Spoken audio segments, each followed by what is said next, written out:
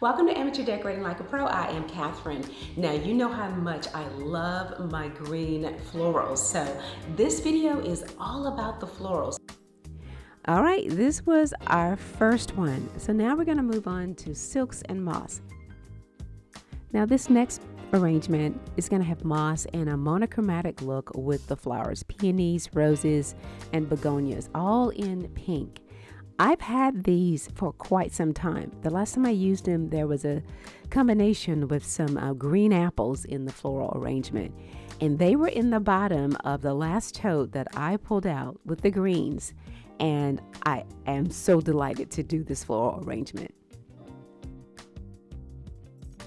So the online business is booming right now. We're all ordering things, and chances are you're getting this white foam, styrofoam inside of your boxes. Well, save a few sheets for your floral arrangement. It doubles as the actual floral foam, so I'm using it here.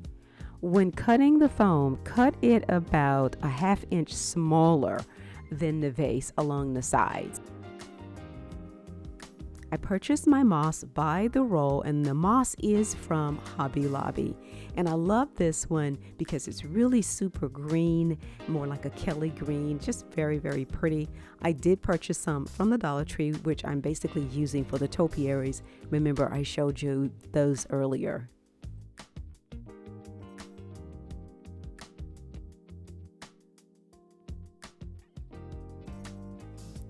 That white paper on the back of the moss protects the adhesive. Yes, it's a little tacky. I didn't realize the moss had a double fold. I did not realize that.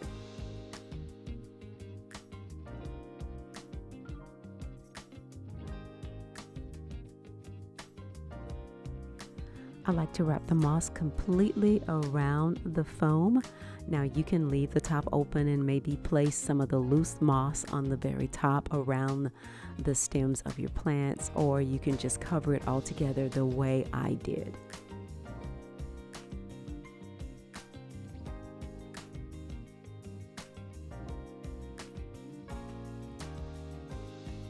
The glass vase here is very unique in shape. I love it. I think I got it from Michael's. I think I did. But anyway, look for those unique shapes, because even if you don't like the silk florals, putting them in a unique shape vase, especially whether it's glass or ceramics, that's going to give it that modern touch. A couple of things. There is like a mesh netting on the back of this moss. You saw that when I was peeling away that paper. So in order to get your flowers to go into this, you're going to need a tool to basically dig a little hole. You can use an X-Acto knife, but caution, you might lose your blade. That occurred to me, even though it didn't happen. So I stopped and I grabbed a Phillips head screwdriver, which really worked out beautifully. And that's the best way to do it. Now, remember I said you could also just not cover the top of the styrofoam and just use like loose moss, and that would be easy. But I just wanted the same look. I wanted it to be, you know, the sides, the bottom, and the top to have that same look. So that's why I covered the entire thing, and I'm very pleased with that.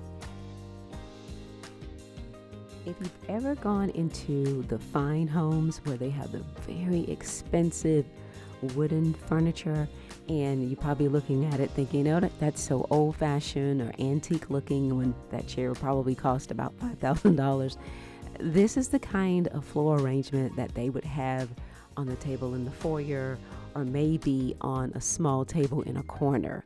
And this floral arrangement, they probably will have paid about $300 to $500 for. So use your eye to see things a little bit differently. I know it may not hit you well for a glam or even farmhouse, but there is a market for this type of floral arrangement, and it is very high end. Did you see that little piece of white styrofoam go down in the side? I could not stand it, so later on I just lifted the entire thing out just to get rid of that little tiny white piece of foam.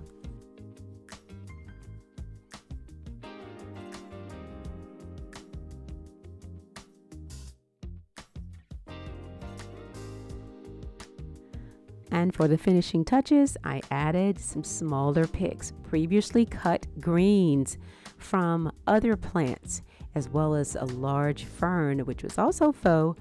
And I just took a couple of pieces and did those on opposite corners. Now, the skinnier the stem of your picks or flowers, the easier it is to go inside the foam.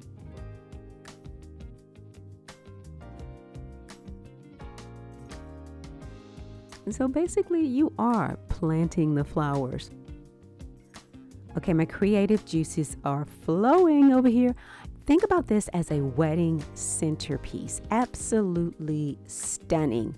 And then if you have a Cricut, you can do a gold monogram on the front and on the back. Another thing, if you're into totally dazzled and those beautiful brooches, you can place one of those in the center on the front and on the back to step it up to a touch of elegance. But it is absolutely gorgeous the way it is, but adding those little touches would make it elegant for your social events. Absolutely stunning. Moss is hot.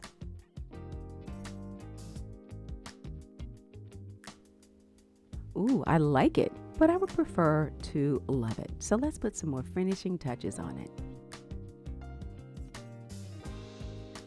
There are all kinds of materials that professional florists use to stabilize their plants, whether it's those long metal attachments or even the wooden sticks, the floral wires, and all of it. I'm using existing items from around our house. You're seeing where I'm basically just cutting away that cover over the wire that's inside the plant.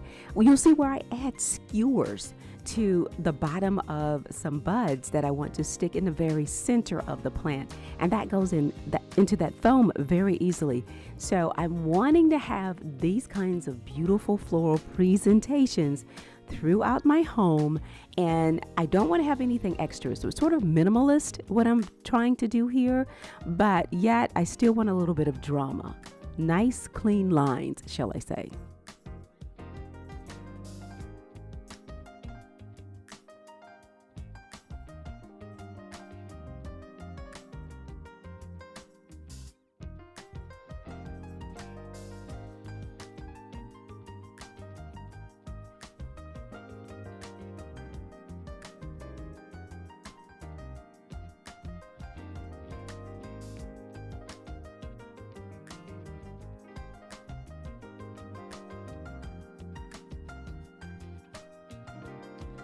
The large tulip bulbs came from a florist, and they have some very unique things. And I have a Ziploc bag full of those. I consider them to be greenery. And those smaller pink florals, those came from Walmart.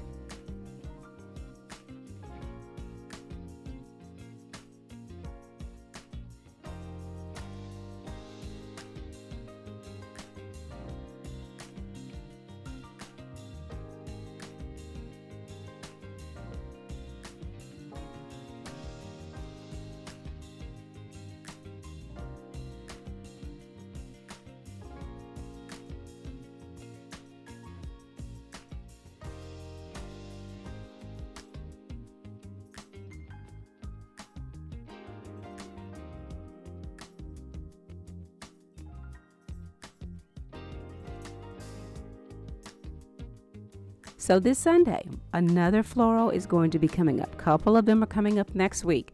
What else is on my calendar? I've got some chairs that need to be updated. Really excited about those. And remember my coffee table in the living room? Well, it needs to be stripped because I need to get it to the color that I want. And just a whole lot coming right now that I've got on my calendar, and I'm kind of pacing myself. But anyway, I am excited to get back in the trenches with you guys, and you know how much I love to paint stuff, so stay tuned.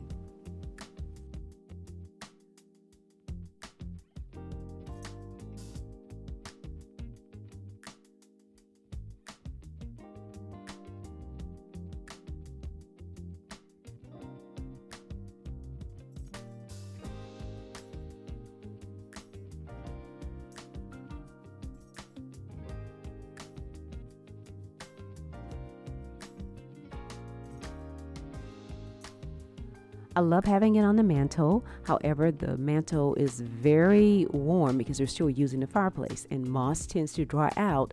So to extend the life of it, I've taken it off of the mantle.